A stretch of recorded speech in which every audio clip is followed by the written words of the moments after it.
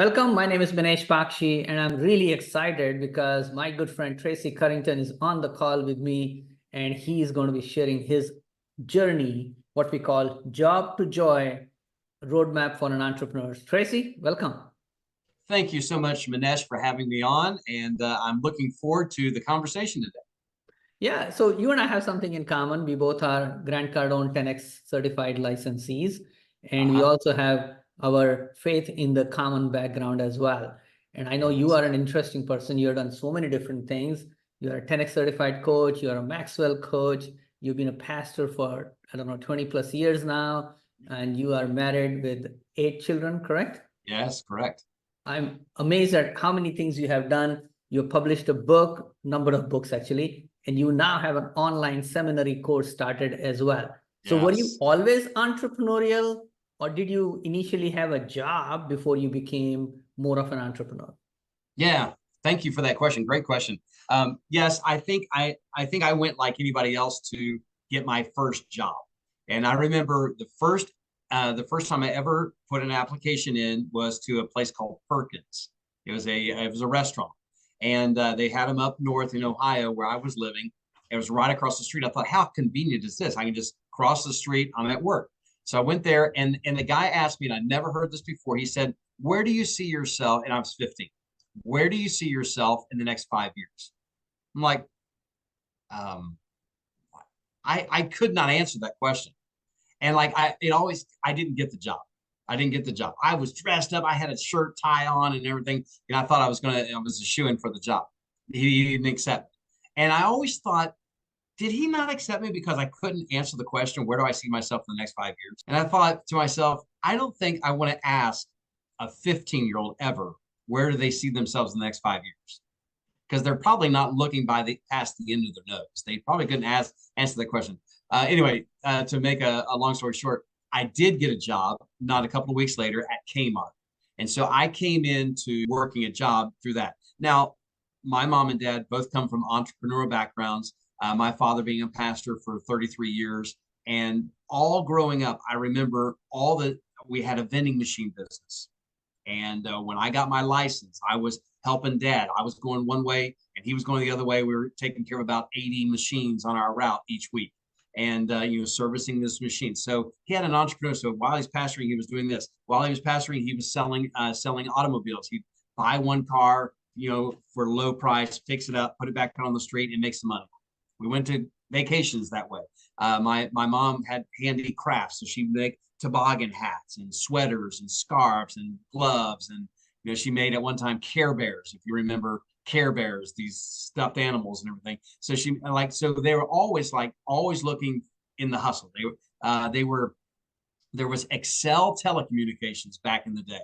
It was like something that, and there was Amway. I mean, there was just all these ways that they would make side hustles. So I always knew, like, from them, their model was they never found exactly what was the right niche for them, but they'd work their job and they always had something extra on the side.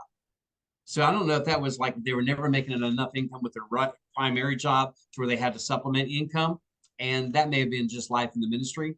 So it taught me growing up that there's always something bigger and better out there. So when I went to Kmart, I worked there for a couple of months. And then TJ Maxx came into our town. And TJ Maxx was offering me like 15 cents more on the hour. So I was like, oh, I'm there. I'm going to be making over $4 an hour. Like, that's going to be a big deal. And so, like, I think I was making $4.05. I was there for about 3 months. And then my buddy had gotten a job at a restaurant, a 4-star restaurant in Cincinnati. And he was a dishwasher. And I'm like, well, okay, what are you making? He's making $5.50 an hour. Like $5.50, that's like $1.50 more. So I went there and interviewed. They hired me right on the spot. Had to tell TJ Maxx I was going. They said, well, how much are they paying you? And I was like, well, they're paying me $5.50, just to start. I'm like, oh, we can pay you $4.35. I was like, no, I'm moving. So I went to the restaurant. I was there the first night. I got a raise of $6. So like I went from $5.50 to $6. And then the next month they said, hey, we're starting a new location in Kentucky, 20 miles away. If you'll drive there, we'll give you $7.50. So I was like, boom, okay, I'll do it. So I made $7.50. And then they said, hey, we've got a kitchen position open. We're going to do lunches here in this store. Would you like to make $9 an hour? Like, yeah. So I was a daytime cook all on my own, $9. And then they said the kitchen, they shut down the lunches. They said the kitchen position and the supervisor is open. I was 19 minutes.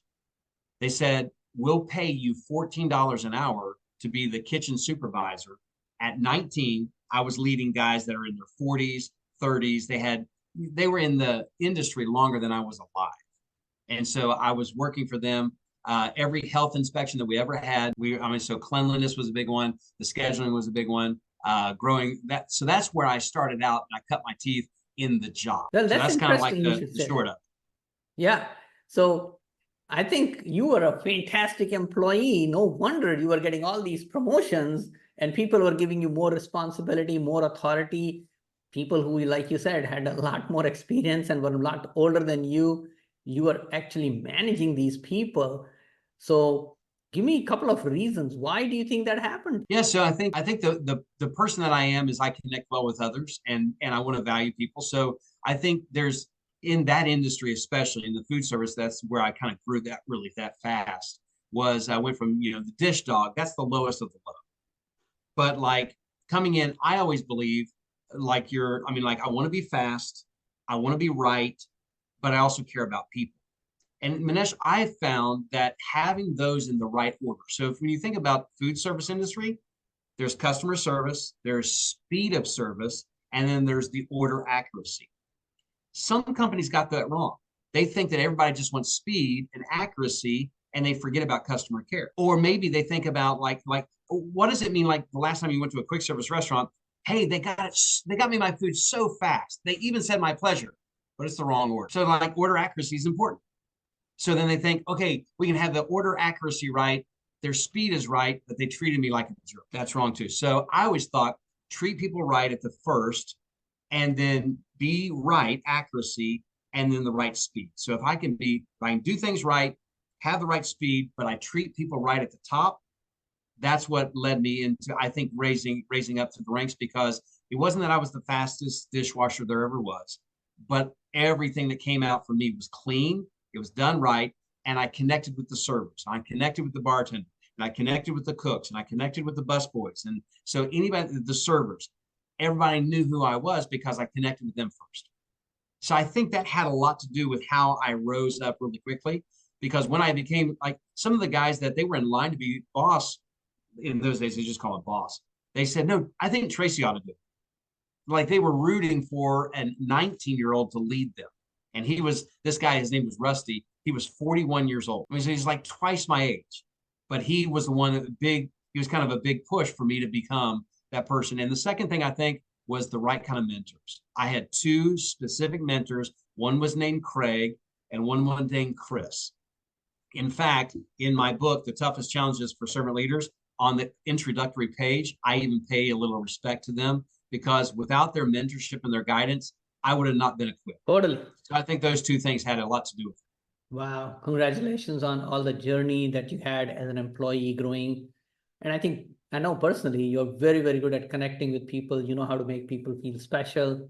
You're one of those definitely gifted in that area, and you consistently put a lot of effort into it to make sure people feel, they feel really like $1 million when they're around you. And you are just fantastic at it. Thank you so much. I've seen you do that everywhere, and I really respect that about you. So tell me, when you were doing well in job, why would you want to be an entrepreneur? What actually put you in that direction? I think what prompted me in that direction was the fact of, I heard somebody tell me that a job is just over broke. And I was like, well, everybody's got to have a job, right? And so I thought, well, just over broke, like, what does even that mean? I worked super hard. I moved from the kitchen space. My father-in-law hired me to be in steel rule and die. So you're making die boards for like Pizza Hut, their cutout, their cardboards. Back in the day, Blockbuster had their standees, and maybe it was like Dracula and Halloween, and like those standees had to be stamped out on a die board. And so shoe boxes and things like that, we made the die boards that would go to those paper mills, and they would create these products. So I worked on that for a little while, and I killed myself, and I make like 52 hours, 60 hours a week, and I made $60,000 one year.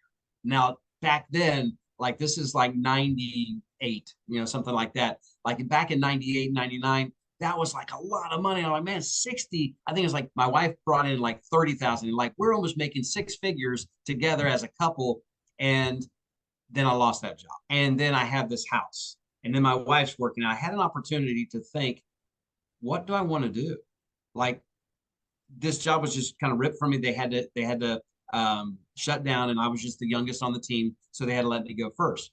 So I'm like, okay, so what am I going to do? And at the time, the Lord was speaking to my heart about pastoring and preaching, and He had spoke to my heart when I was 13. But here I was, like 23 years old, and like 10 years had passed by, and I wasn't listening to that. I'd like preachers; they don't make any money, they don't do anything. Like they're just like they're disrespected, and like I no way. So I said no when I was 13.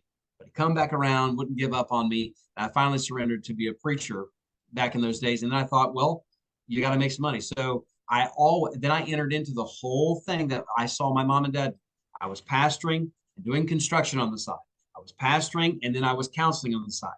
Then I came across John Maxwell. And when that happened, I knew I could pastor and entering coaching. I transformed all my counseling and pastoring became coaching.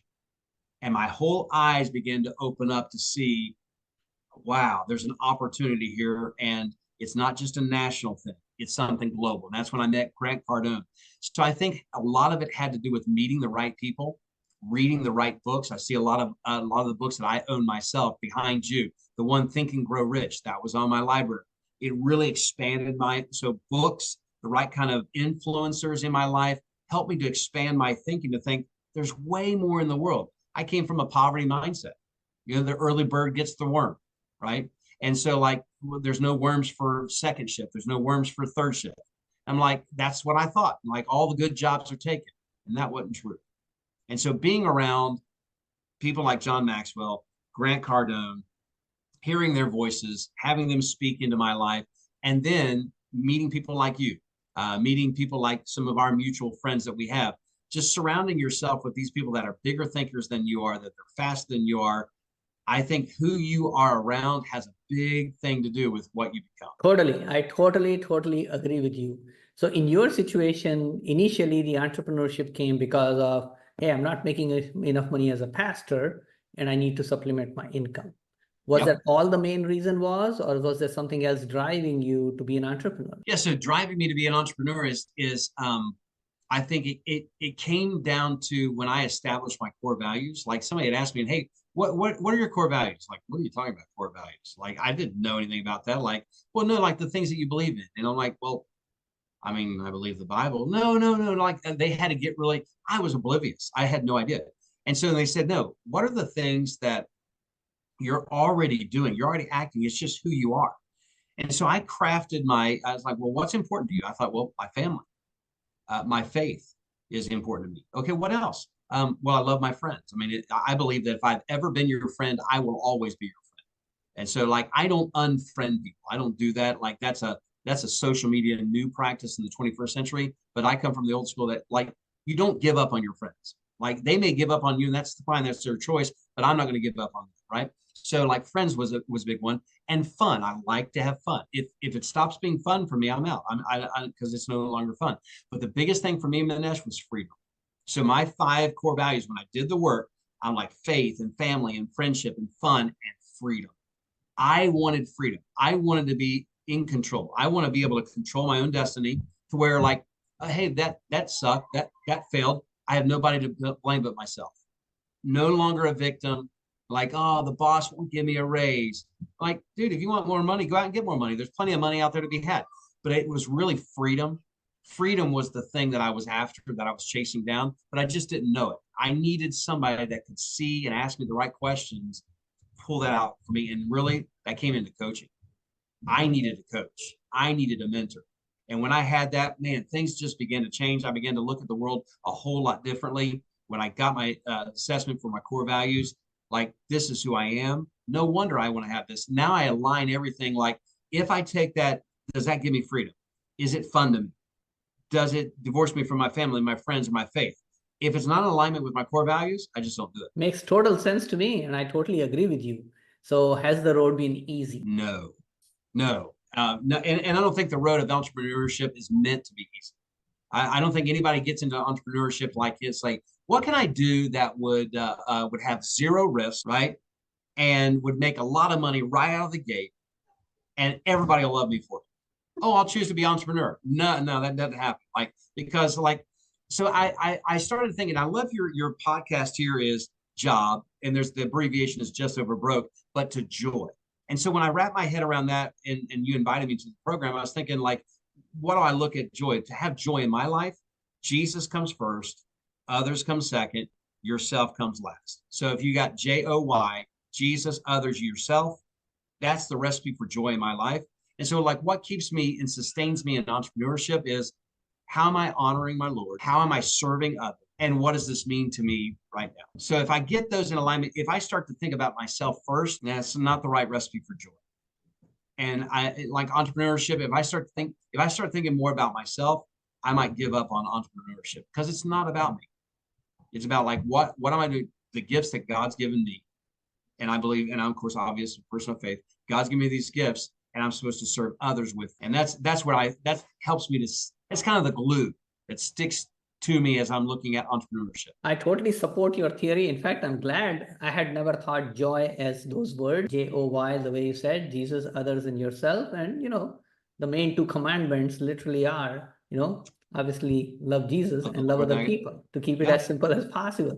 And an entrepreneur cannot succeed. An entrepreneur cannot succeed without solving somebody else's problem. I mean, it's just that simple. And that's the world we live in. The bigger the problem you solve for people, the more critical the problem you solve for people, the problem you solve that people are willing to actually pay for, you can make money. Go ahead. Somehow we froze. Yep, go ahead. Okay. You asked the question, has it always been easy? And I like what somebody said about entrepreneurship. Entrepreneurship is you'd rather work 90 hours for yourself so that you don't have to work 40 hours for somebody else. And like, so that has captured it so brilliantly because that's entrepreneurship. I mean, you are on the go. You're always busy. A lot of entrepreneurs that I know struggle in, shiny object syndrome and stuff like that because they start to see all these opportunities. And I had to wrap my head around, yeah, it's a great opportunity. Two things. Is it an opportunity for me? Is it an opportunity for now? Like it may be a great opportunity for me later, like real estate and home investing. It's a great opportunity. And it's one for me. It's just not for right now. But the day will come, and it's coming very soon when that will be an opportunity. Or it's an opportunity, it's not me. It's just not me for me. And so like I have to pass on the opportunity. Makes total sense. So if you were to give a couple of tips, suggestions based on your experience, your success that you've had, what would you say to the person who is saying, I have a job, I really don't know if I should be an entrepreneur, or I'm on my entrepreneurial journey, it's turning out to be not exactly what I was thinking it will be. What would your message be for those people? One big lesson that I learned, this is fatherly advice to a child, right? So like for my kids, they've all heard this story. The story is you never leave a job. You always go to something better. Don't leave. So if you're watching this podcast right now, Minesh is a guide for you. I would recommend that you continue to allow him to speak into your life. But I would say also when you're thinking about, I want to move from this job and I just want to get out of this job. Wait until you have something you're going to leave that. Most people just like, I'm done with this job and I'm out. And now I'm like, okay, now be thinking about what is the next step. Every time I left a job, I always had something else. Even when I got fired, God spoke to my heart and said, I'll use you as a preacher. And I think God dismissed me from that at the time, a well-paying job, so that he could actually, because I probably would have never left it had he not taken it from me because he had something better in store. So I always felt like there's something better, there's something better, there's something better, something better. I'm going to give it all that I got while I'm here, but it's going to prepare me for something better down there. And I'm going to go to that. So I don't want to ever leave. I always want to go to something else. The focus is different. If you're leaving, it's almost like you're fleeing in the night. You're almost like you're running away from something. I don't want to run from anything, but I don't mind going to something else. And that would be my big thing. So when you're thinking about like, what's the next step for you? Look at what you're going to, not what you're leaving.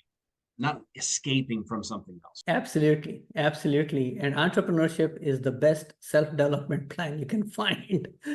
Absolutely. It'll definitely test your mettle. It'll test you. It will reveal the habits that you have developed or you need to develop, and it will expose you to the world. And I think it really does. Entrepreneurship exposes you more than a job would ever do for you. So good, fantastic. You have a couple of great projects. Could you share some of the things that you are doing that people can either take part in, can benefit from? Yeah, one of the biggest things that I'm doing right now is I believe that Jesus Christ was the greatest servant leader the world's ever known. Servant leader is not something servant leadership which I endorse and propose in every organization.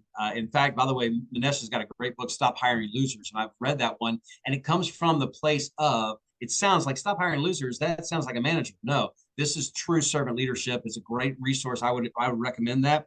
But the resource that I've written is The Toughest Challenges for Servant Leaders.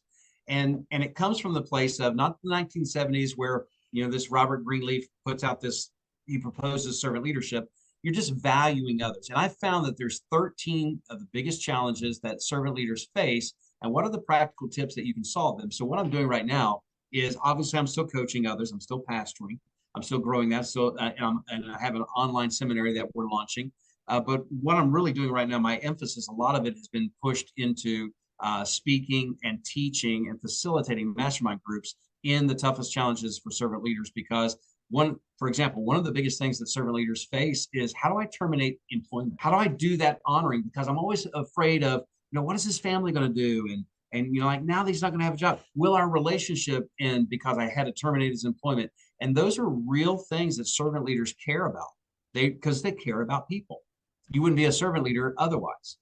And so I believe that you manage things and you lead people. And so if you're a servant leader and you're looking to overcome these challenges, this could be a great resource for you. So that would be one thing that I would recommend to your viewers. If they are servant leadership minded, this would be a great resource to bring to you, your organization, to your team. And if you're going to become a leader one day, I would anticipate an 18-year-old should read that book to know how you address those, because who knows, somebody may want you to lead a restaurant at 19 years old. How do you do that with grace? Good point. Wow, that was awesome. That was awesome. And I know if people want to get in touch with you, we will put the link in here as well for that, as well as you can put a link for the book. We'll make sure that people have access to the book as well. You are a fantastic leader. I know that. You're a fantastic coach. You're a wonderful father, pastor, and you are leading your wife towards entrepreneurship as well. So absolutely. I'm looking forward to more wonderful news from you and your family as you continue to nurture and mentor other people. Thanks for being on the podcast today. Thank you, Minesh. Appreciate it. Thank you for your friendship. Welcome.